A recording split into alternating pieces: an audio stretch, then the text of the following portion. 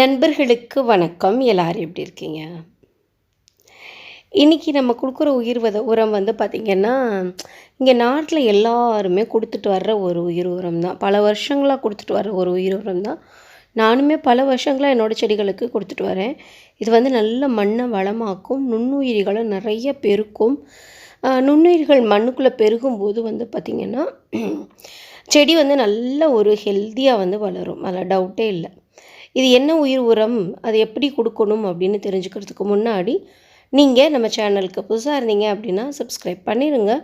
Video முழுமையாக பார்த்துட்டு அதுக்கப்புறமா லைக்ஸும் கமெண்ட்ஸும் கொடுங்க.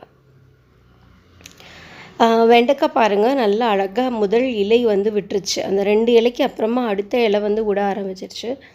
இந்த நேரத்தில் மண் வந்து வளமாக இருக்கணும் அப்படிங்கிறது ரொம்ப அவசியம். எந்த செடியாக இருந்தாலும் மண் வளமாக இருந்துச்சு அப்படின்னா தான் நல்ல வந்து ஒரு பலனை கொடுக்கும். அப்படி இல்லாட்டினா நீங்கள் போடுற எல்லா உரமுமே விழலுக்கு இறைத்த நீர் அது மாதிரி தான் ஆகிடும், வேஸ்ட்டாக போயிடும். இது என்ன அப்படின்னு பார்த்தீங்கன்னா, நம்ம சப்பாத்தி சுடுவோம் நம்ம வீட்டில்.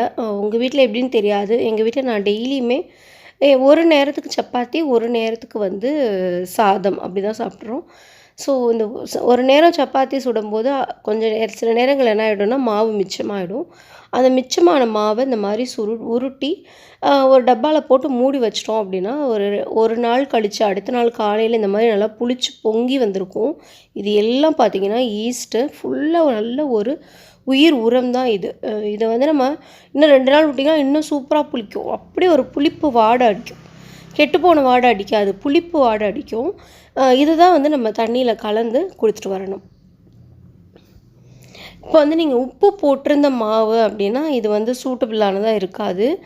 உப்பு போட்டதுலேயும் நிறைய நுண்ணுயிரிகள் வளரும். ஆனால் அந்த உப்பு வந்து செடிக்கு சரியாக என்னன்னு தெரியல.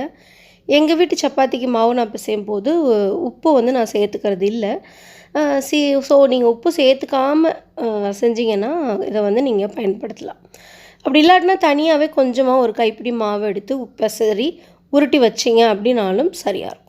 இதை இப்போ இந்த தண்ணியில் கலக்கிறது அப்படிங்கிறது தான் ஒரு பெரிய விஷயம்.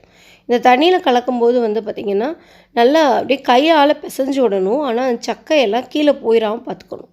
இது ஒரு மாதிரி அல்வா மாதிரி இருக்கும் உங்களுக்கு தொடுறதுக்கு. இதை வந்து அப்படி கரைச்சி விடணும். ஆனால் இதோட துகள்கள் வந்து தண்ணிக்குள்ளே வந்து போகக்கூடாது. அப்படியே மெதுவாக மென்மையாக வந்து களைச்சி விடுங்க. இதில் களைச்சி விடும்போது அங்கங்கே பிரிய பார்க்கும். அது பிரியாமல் பிடிச்சி வச்சுக்கணும். இதே மாதிரி தான் கோதுமை மாவு அல்வா பண்ணுறப்பையும் இந்த மாதிரி தான் பிரித்து விடுவோம். இந்த மாதிரி தான் கையிலேயே கரைச்சி விடுவாங்க. சரி, உங்களுக்கு இந்த மாதிரி என்ன மாதிரி கரைக்க தெரியல அப்படின்னா ஒரு ஃபில்டரை வச்சு நல்லா கரைச்சி விட்டுட்டு ஃபில்டரை வச்சு தண்ணியை ஃபில்ட்ரு பண்ணிவிட்டு அதுக்கப்புறமா செடியில் ஊற்றுங்க. இங்கே பாருங்கள் எவ்வளோ அழகாக சக்கையெல்லாம் எவ்வளோ சூப்பராக வந்துருச்சு பாருங்கள். இதை நம்ம கொடுத்துட்டு வரும்போது மண்ணுக்குள்ளே இருக்க நுண்ணுயிர்களோட எண்ணிக்கை வந்து பெருகும். இது வந்து எக்ஸாக்டாகவே வந்து பார்த்திங்கன்னா ஈஸ்ட்டு தான். இது ஈஸ்ட் அப்படிங்கிறதுனால நல்லது, மண்ணுக்கு ரொம்ப நல்லது. நம்ம செடியும் நல்லா சூப்பராக வளரும். இந்த பதிவு நிச்சயமாக உங்களுக்கு பயனுள்ளதாக இருந்திருக்கும் அப்படின்னு நான் நம்புகிறேன். அப்படி பயனுள்ளதாக இருந்தது அப்படின்னா கீழே எனக்கு கமெண்ட் செக்ஷனில் சொல்லுங்கள். லைக் பண்ணுங்கள், ஷேர் பண்ணுங்கள். தேங்க்யூ. God bless you.